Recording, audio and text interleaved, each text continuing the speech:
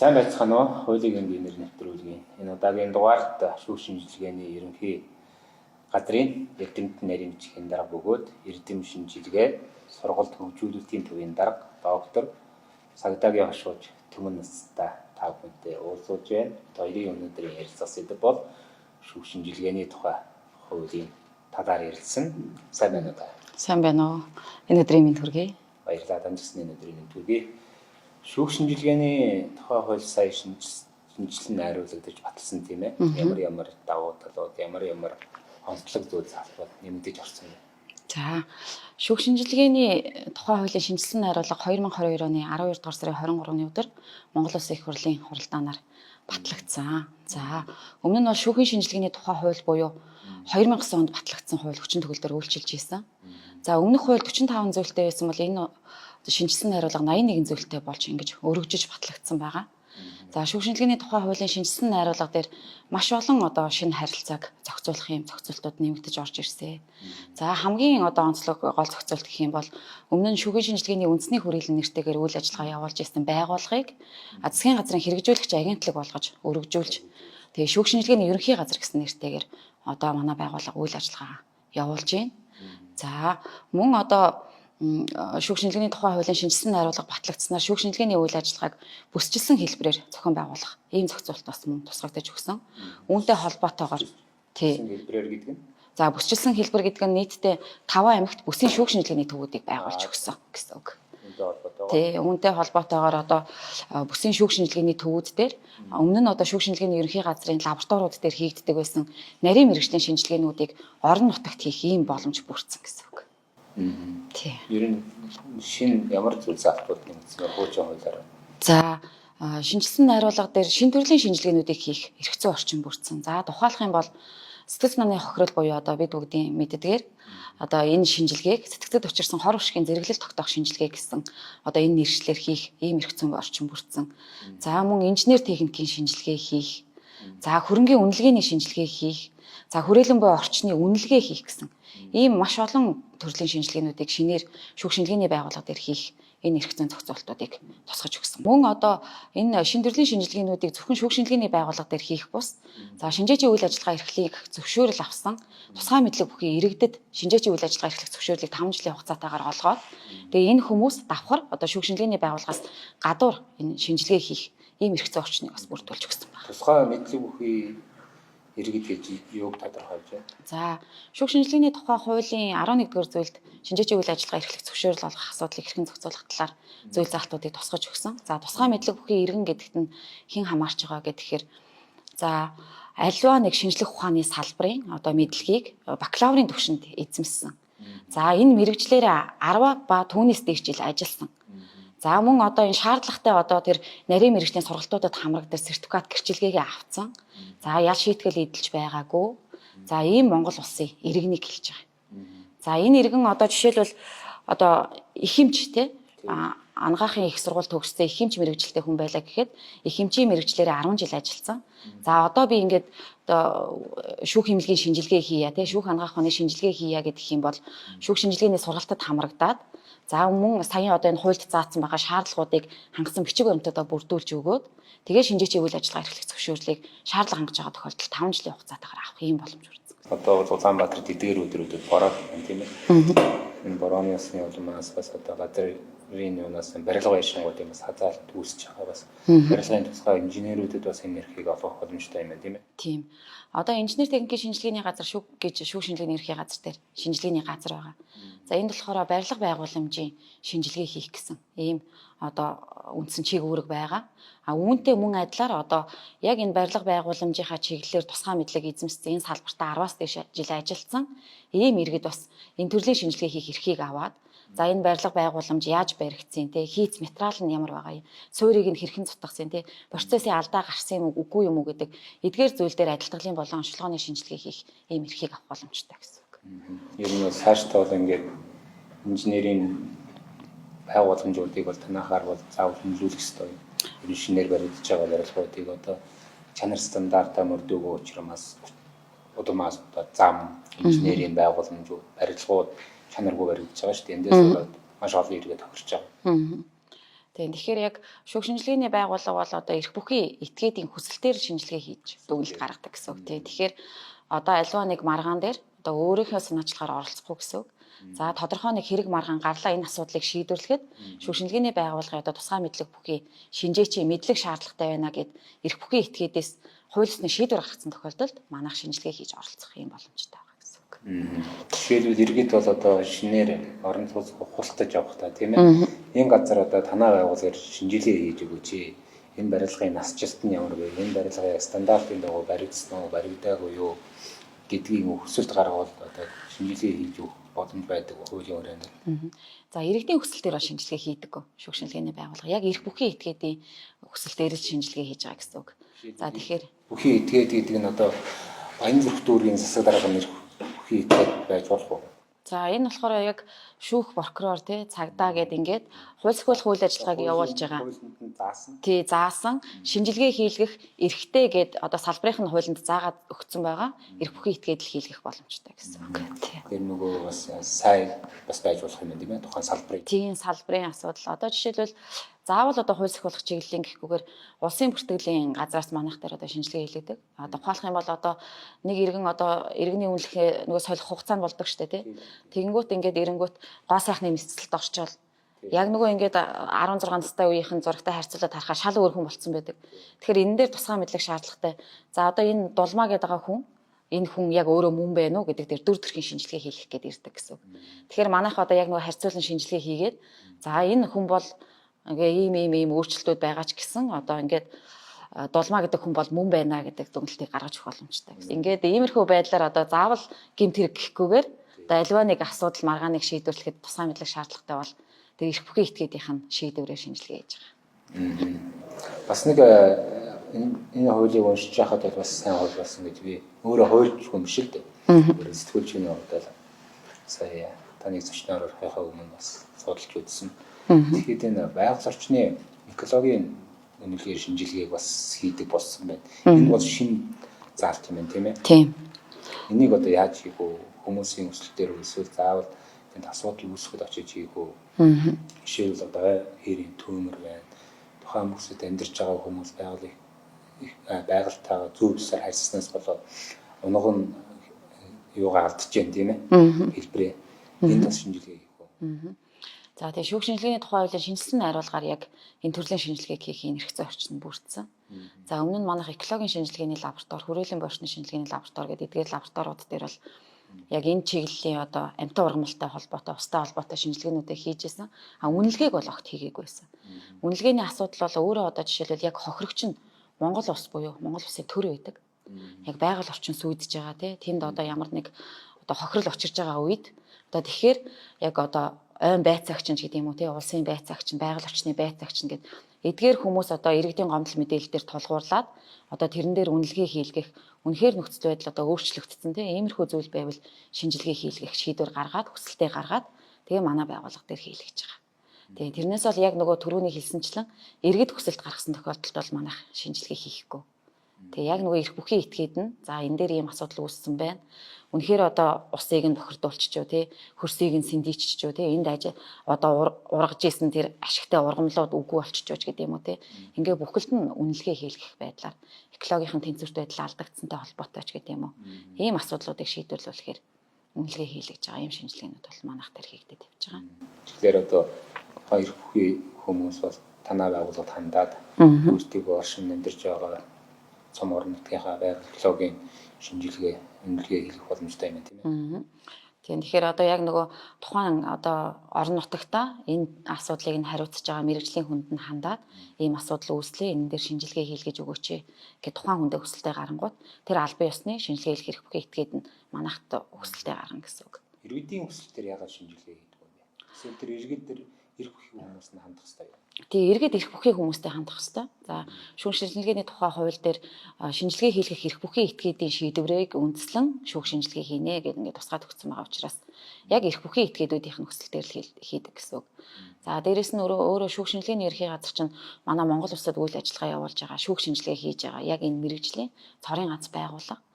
Тийм учраас яг нөгөө шаардлагатай тохиолдлуудад ингээд шинжилгээгээ хийгээд явахгүй бол ачаалал гэдэг юм маш ихээр үүснэ. Иргэд ингээ гомдол гаргаад энэ дээр шинжилгээ хийлгэе гэдэг тэр болгон хэрэгцээг одоо хангахад одоо хүндрэл үүсэж байгаа гэсэн үг. Тэгээ энэ ч утгаараа яг эрх бүхий этгээдүүд шаардлагатай үе шинжилгээ томилоод тэрийг нь хийгээд явж байгаа гэсэн. Жишээлбэл одоо хин нэгэн байгаль дэлхийгөө одоо өөр санамсаргүйгээр болоо санаатаагаар төмөр тавьдаг.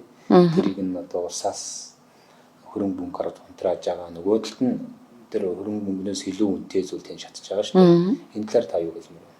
За манайх ерөнхийдөө одоо яг энэ галт төмөртэй холбоотой хэргийн газар дээр бол онцгой байдлын ерөнхий газар. Дээрээс нь бас манай байгууллагын мэрэгчлэнүүд очиж үзлэг бол хийдэг. Харин шинжилгээг бол манайх хийхгүй байсан. Тэгээд 2025 оны одоо шүүх шинжилгээний байгууллагын шинжилсэн бүтцээр бол галын техникийн шинжилгээний лаборатори гэдэг ийм шинжилгээний лабораторийг шинээр байгуулах бүтэц зурагдсан. За тэгээ одоогоор бол ерөнхийдөө яг энэ галтай холбоотой, галт төмөртэй холбоотой шинжилгээ хийхэд мэдээж хэрэг ашиглагдах тоног төхөөрөмжүүд маш үнэтэй. Тэгээд нэлээд тийм нарийн мэдрэг олон улсад ашиглагдж байгаа стандартын шаардлага хангацсан ийм тоног төхөөрөмжүүдийг оруулж ирээд лабораторийг илүү чадвартай болгож иж энэ төрлийн шинжилгээг хийх ийм одоо шаардлага үүсээд байгаа. Тэгээ энэ хүрээндээ бол манайх одоо хоёр ч мэрэгжилтнийг бол сонгоод авсан. Энэ төрлийн шинжилгээг хийх гэхээр одоо мэрэгжлийн ур чадварыг дээшлүүлэх чиглэлээр бол ингээд сургалтууд зохион байгуулад ажиллаж байгаа. Тэгэхээр цаашдаа бол одоо яг энэ төрлийн хэрэгүүд дээр онцгой байдлын ерөнхий газар за цаашлаад одоо тэр тодорхой төрлийн гэмтэрэг байх юм бол цагдаагийн байгууллагатай ч гэдэг юм уу те. Ийм байдлаар манай байгууллага бас энэ үйл ажиллагаанд хамтарч оролцоод явах юм бүрэн боломжтой болж байгаа. Тийм. Энд бас нэг сонирхолтой шин заалт орсон билээ. Тэр нь одоо сэтгэл санааны хохирол гэж бид нар ярьдэн шүү дээ. Жишээлбэл одоо зүрх муутай хүмүүс байдаг юм уу тийм ээ. Зүгээр гудамжинд явж байгаад энэ нэгэнд мөргүүлээ. Машины ханс мөргүүлээд тэр хүний гинтийн сочрлоос болоод ч юм уу нөгөө машинаас илүү тэр хүний эрүүл мэндээр хохирдог юм уу тийм ээ. Жишээлбэл бүр хүн амны хэрэгд байна тийм ээ. Тэр бид байгаа хүн нь нас барснаас хин нэг нь хорлогснаас болоод нөгөө хүн бас хохирол сэтгэл санаагаа насан туршдаа болсон гэдэг өвчтөд үлддэг. Ийм тохиолдолд энийг бас одоо танаа шинэ хуулиараа нэг зохицуулж өгсөн байна. За тэгсэн. Одоо сэтгэл санааны хохирлыг нөхөн төлөөлөх хэрэгтэй гэж иргэдийн маш их хэрэгцээ шаардлага байсан. За Монгол улсаас тэр чигээрэл одоо сэтгэл санааны хохирлыг нөхөн төлөх ёстой гэдэг энэ хэрэгцээ шаардлагыг бол мэдэрсээр маш олон жил боллоо шүү дээ тий. Тэгээ яг хууль эрх зүйн зохицуулалтын хүрээнд яг энэ асуудлыг хэрхэн шийдвэрлэх юм бэ гэхээр одоо нэгч зохицуулалт өмнө нь тусгагдаагүй байсан. За иргэний хуульд бол 511-р зүйлд эдийн бос хохирлыг бол нөхөн төлөвлөж болно гэдэг нэг ийм заалт оруулаад өгсөн. Гэвч тэрийг одоо яаж нөхөн төлөвлөх юм гэдэг харилцаа бол тодорхойгүй байсан. За харин шүүх шинжилгээний тухай хуулийн шинжилсэн найруулгыг батлагдсанаар бол яг сэтгэл санааны хохирол гэсэн одоо ийм нэршилтэйгээр бус сэтгцэд учирсан хор уршгийн зэрэглэл тогтоох шинжилгээ буюу одоо энэ төрлийн шинжилгээг хийгээд зэрэглэлийг нь тогтоогонд өгье гэдэг. За шүүх шинжилгээний тухай хуулийн 40-р зүйл дээр заасан байна. Гэхдээ энэний гол онцлог нь юу вэ гэхээр зөвхөн тодорхой төрлийн гэмтэргийн улмаас тухайн хүний сэтгцэд ямар нэг хохирол учирсан тохиолдолд үүнийг нь тогтоож хохирлыг нь нөхөн төлөвлөнө гэдэг ийм зохицуулалт байна. Энэ бол маш олон хуультай холбогдож илээ тийм ээ.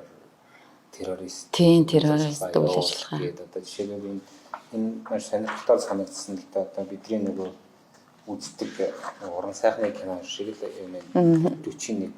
Тий 41-р зүйл дээр яг холбогдох гэмтэргүүдийн бүр жагсаагаад бичсэн байгаа тий. Тий зөвхөн энэ төрлийн гэмтэргээс болж хохирсон тохиолдолд одоо энэ төрлийн шинжилгээг хийж байгаа гэсэн. Одоо нэг үнэлгээний тухай асуудал биш үү? Зарим машиныг бол одоо машины осол хоорондоо шүргэлсэх.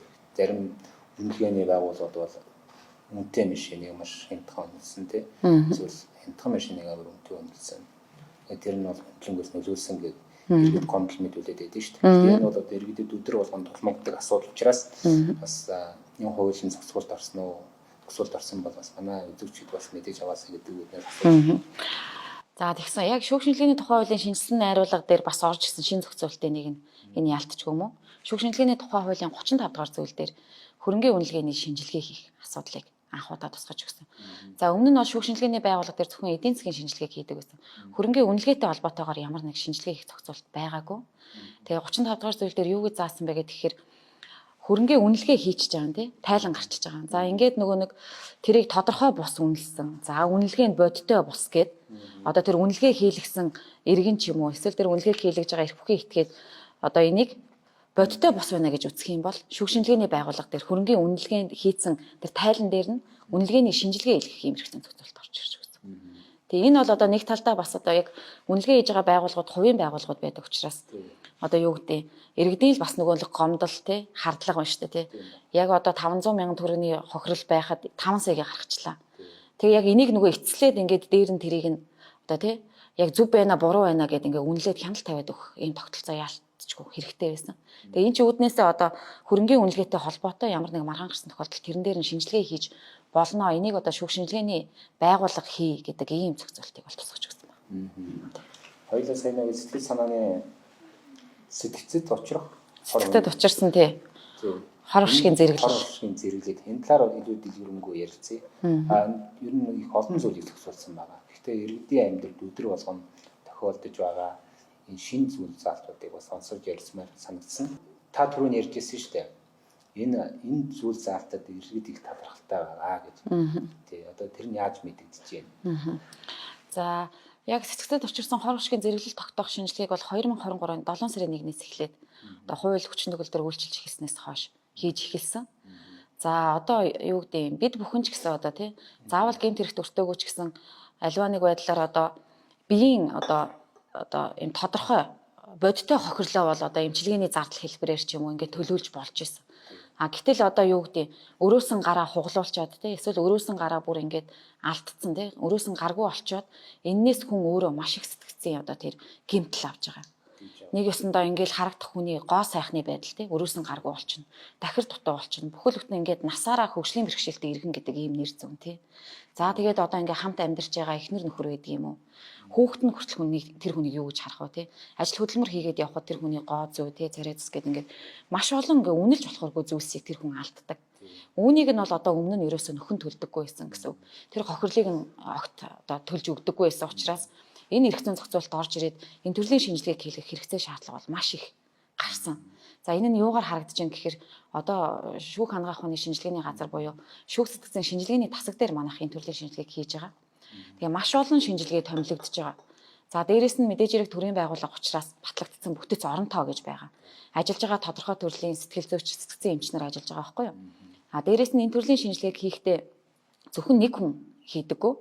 За одоо жишээлбэл бичиг баримтын шинжилгээг бол зөвхөн одоо криминалистик шинжиж ганцаараа хийдэг. Гэтэл энэ төрлийн шинжилгээг хийхдээ бол сэтгэл зүйч, сэтгцэн эмч хоёр баг болж ажиллаад за дээрэс нь одоо тодорхой асуудлуудыг шийдвэрлэхийн тулд полиграф, экскоп гэдэг одоо энэ тоног төхөөрөмжүүдийг ашиглаад тэндээс гарч байгаа үр дүн, өөрсдийнхөө хийсэн ярилцлагын үр дүн гэдэг ингээд маш олон зүйлийг одоо ингэж цогцоор нь авч үзчихэж дүгнэлтээ гаргаж байгаа учраас нэгдүгээрт бас энэ шинжилгээнд хугацаа их орж байгаа. Хоёрдугаарт хэрэгцээ шаардлага маш их байгаад байгаа учраас ойчир дараалал гэдэг юм үүсэж байгаа байхгүй тий. Тэгэхээр иргэдийн үед энэ төрлийн шинжилгээг хийлгээд хохирлоо барагдуулж байгаад одоо маш их одоо бахархалтай тий сайшаалтай одоо ийм талархууштай хандж байгаа боловч заавал нөгөө шинжилгээний хугацаан дээр гарч байгаа тэр ойчир дараалал дээр бас ингээд жоохон бухимдалтай хүлээж авдаг. Мэдээж хэрэг ингээд өвдцэн зовцсон тий нэг тодорхой хохирол авсан хүн чинь аль болох хурдан шинжилгээ хийлгээл хохирлоо барагдуулах ч гэдэг юм уу. Тэр иргэдийн өөрсдийнх нь тэр нэг хүлээлт шаардлага бас байгаа юм л та тий. Энэтэй холбоотойгоор иймэрхүү асуудал бол үүсэж байгаа. Гэхдээ одоо энэ төрлийн шинжилгээг зөвхөн 2023 онд 2024 он гэхэд л манайх 2000 гаруй төрлийн одоо энэ төрлийн шинжилгээг хийсэн ийм статистик үзүүлэлт жишээлбэл явж байгаа. За дээрэс нь одоо ингээд орон нутгаас бас маш их хүмүүс ирж үзүүлж байгаа. За нөгөө төрөний дурдсанчлан бүсийн шүүх шинжилгээний төвүүд дээр бол нарийн мэргэжлийн шинжилгээнүүдийг хийхээр одоо ажиллаад ялангуяа энэ цэцэгтэй зучирсан хор уршгийн зэрэглэлийн шинжилгээг бол хийгээд эхэлсэн. За тэгэхээр бүсийн төв дээр одоо тэр хамаарагдж байгаа 5 бүсийн төвд хамаарагдж байгаа аймагуд нь заавал Улаанбаатар хот руу ирэхгүйгээр тэр аймгийнхаа төв дээр нөгөө аймгийнхаа төв дээр очиод шинжилгээгээ хийлгэж байгаа гэсэн үг. Тэгэхээр яг одоо энэ кейс дээр бол гэрүүдийн хүчээр хийлээд байна. Тийм олон жил хүчээр хийж байгаад гараад ирсэн. Тэгэхээр энэ хууль одоо энэ зүйл заалт нь ажиллаж эхэлсэн. Тэгээд тэр шинжээчдийн баг нь ажиллаад ингээд төгсөлийг нь тодорхой болгож гарч байгаа учраас нөгөө ялавж байгаа этгээдийн ялан бас хүнд болох. Тэгээ ялын байдал дээр бол энэ цэцэд учирсан хор уршгийн зэрэглэл тогтоох одоо шинжилгээгээр гарч байгаа зэрэглэл бол нөлөөлөхгүй. Тийм одоо зэрэглэл болохоор 1-5 гэсэн зэрэглэл байгаа. Одоо тэр нөгөө нэгсэнд бол хэр хүнд байна, хэр хөнгөн байна гэдэг байдлаар л гарч байгаа гэсэн үг. Тэгэхээр манай байгууллагаас гаргаад өгсөн 1-5 гэсэн тэр зэрэглэлийг шүүгч үнэлж байгаа. Шинжээчийн хараад бас байдал маш чухал. Энэ хуулиараа шинжээчийн хараад бас байдлыг яг бэхжүүлж гисэн. За нэгдүгээрт одоо тий удирд хаалбан тушаалтнаасаа тий бусад хүмүүсийн гадны нөлөөллөөс хол байх хэвээр, хараа тус байх хэвээр. За ийм асуудал байгаа юм. За энэ асуудлыг бид нар одоо энэ шүүх шинжилгээний тухай хуулийн шинжилсэн найруулга дээр шинээр юу гэж тусгаж өгсөн бэ гэхээр одоо шинжээчийн эрх үүрэг хориглох зүйл гээд шүүх шинжилгээний тухай хуулийн 49-р зүйл дээр зааж өгсөн байгаа. За энэ дээр болохоор шинжээчийн үүрэг дээр нь тусгаад өгсөн. За таныг шинжилгээ хийж явах үйл явцад тий ямар нэг байдлаар хараа тус байдал чинь нөлөөлөх гээд байгаа хэн нэгэн байх юм бол тий энэ асуудлыг нөлөөллийн мэдүүлэг гаргаж та заавал мэдэгдэх ёстой шүү гэд үүрэг болгоод өгсөн. Тий. Инхээр хараа тус байдал дээр одоо ямар нэг байдлаар нөлөөлөх гээд байгаа нөхрийг бол одоо тий дээжтний байгууллагатай юм уу эсвэл бүр одоо яг тэр цагдаагийн байгууллагад нь юм уу авилгатай тэмцэх газарт нь юм уу гэдэг юм уу тий яг тэр асуудлыг харьяалах байгууллагад нь шууд мэдэгдэх ийм үүргийг өгсөн байна. Шинжээч нь өөрөө татгалзах боломжтой. Тий. Шинжээчийн үйл ажиллагаанд хориглох зүйл гэж бас байгаа тий. Тэгэхээр шинжээч тэр шинжилгээг хийх боломжгүй тий хийх ёсгүй нөхцөл байдлууд тогтоогдож байгаа бол шинжээч өөрөө шууд татгалзах ёстой. Энийг нь мөн заахад өгсөн байна. Эхний тий анхдагч шинжилгээ. Ангаар ажиллаж байгаа юм байна тий. Тий өмнө нь бол одоо нөгөө шүүхийн шинжилгээний тухай хууль дээр бол анхны шинжилгээг нэг л хүн хийдэг байсан бол одоо бол анхны шинжилгээ байсан ч гэсэн одоо нөгөө хэргийн цар хүрээ объектын онцлогоос шалтгаалаад одоо ингээл жишээлбэл ой хэрийн төмөр маш олон одоо тий газрыг хамраал гарчдаг. За дээрэс нь одоо тэр самартай холбоотой ч гэдэг юм ингээд үнэлгээтэй холбоотой асуудал дээр одоо манай хүрээлэн буй орчны шинжилгээний лабораторийн албагч нар бол дандаа 3-5 ажиллаж байгаа. Ялангуяа орон нутгууд руу явж үзлэг хийдэг.